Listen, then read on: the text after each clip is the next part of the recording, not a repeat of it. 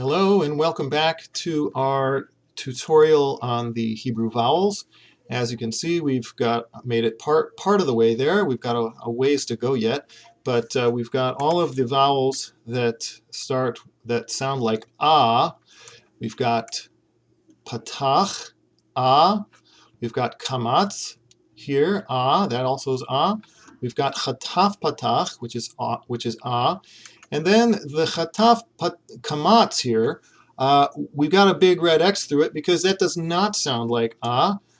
We'll get back to that in a little while. I'm not going to really tell you yet because I don't want to confuse you. Then we've got and remember what keeps all these, what all these vowels have in common is that they've got two horizontal dots across. Doesn't matter that there's this third dot down here.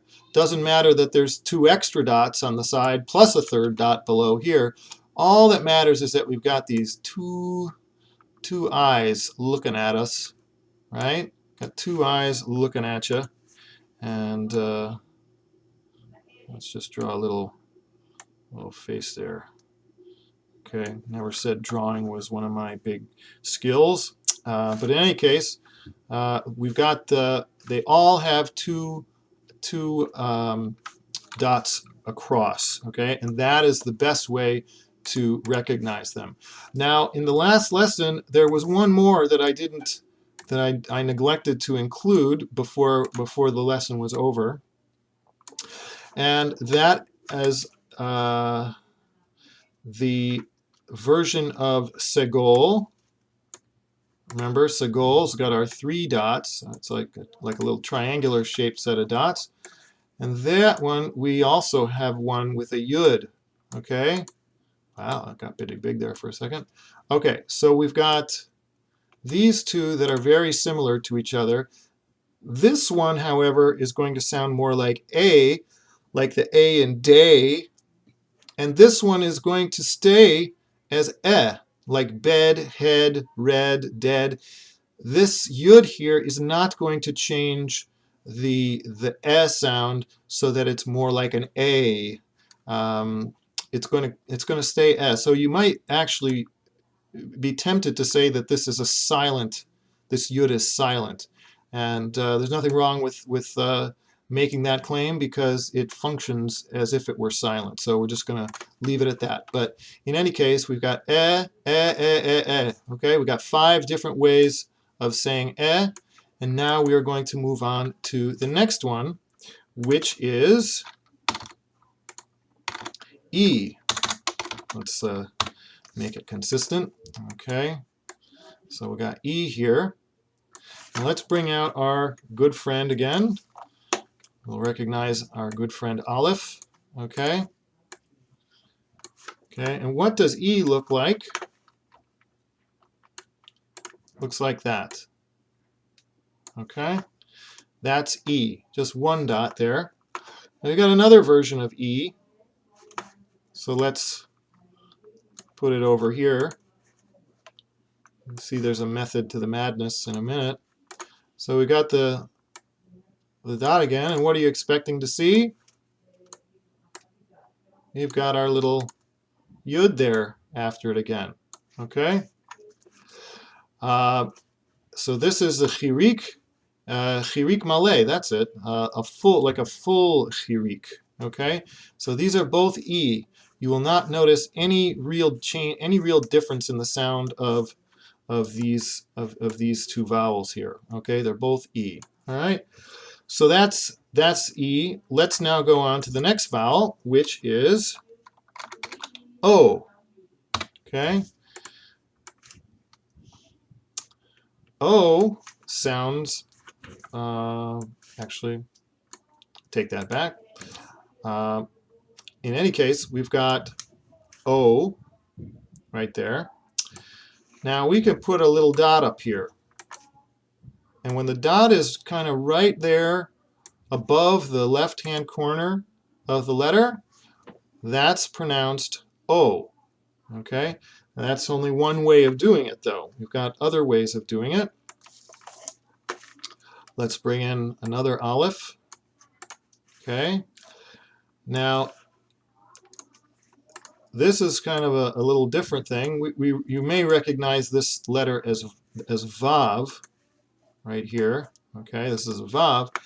If we put our dot over here, over the Vav, it sounds exactly the same as this one. They're both O. Okay? Both O. It's called cholam. All right, so those are two ways of saying O. Now, there is another way of saying O, and that is going to surprise you, I think. It certainly surprised me when I first learned it. We're going to get rid of that. And get rid of that. We're going to bring this guy right over here. Put him over in this column. Okay? This remember, was called Chataf Kamatz, and it sounds like O, as opposed to this, which is just a plain A. This is O. So you would think, because putting the two dots here, this is called a shva, by the way, those two dots. By putting the shva there next to the patach, you would think, and it still sounds like ah, you would think that if you put two dots next to the kamatz, it would also sound like ah, but that is not the case. Okay, and in fact, we're even going to find some situations where this whole thing here is pronounced o and not ah. Okay, but that's going to come a little bit later. We're not going to worry about that in this tutorial. Okay, so in any case, let's undo that, get rid of it, make it nice and clean. Okay, so those are the three different ways of saying O. Move that up a little bit. Okay, now let's do one more here, and that is the different ways of saying the vowel U. Okay, and we bring again our good friend Aleph. See, there's Aleph. And now we've got a few different ways, well, not a few, there's really only two that I know of. We've got this guy down here, three dots, sort of trailing away from the letter. Now you notice, I said before that the way to know when something is is because you've got two horizontal dots, two eyes, looking at you. Okay? Do you have two eyes down here? No, we do not have two eyes. We have sort of like a stair-step pattern. Now these, by the way, in this program that I copied all these vowels from, it ended up coming out like these things are little squares, but they don't really look like squares. They're really just kind of dots. So you don't want to get confused about that. But in any case, this is three dots that are sort of formed in a slanting pattern, and that's U. Now there's another way of writing the U vowel, and that is to put an aleph there. We'll put the little vav next to it, just like we did for the O vowel above it. But this time, instead of putting the dot above, we're going to put it right there in the middle. Okay? And that is how you say U. All right? So as you can see, we're kind of building a grid here. I don't know if it's become obvious yet, but just in case it hasn't, I will make it obvious. All right, so we've got, I'm going to do a line here, if I can. Oh, why is this not letting me draw a line? Interesting. Interesting, as my daughter would say. Okay, in any case, in the next lesson, I'll figure out in the meantime how to draw my grid, and in the next lesson we will finish up with a few more vowels that are all very important, and not that these aren't, but we'll get to those in the next lesson. Okay? We'll see you next time.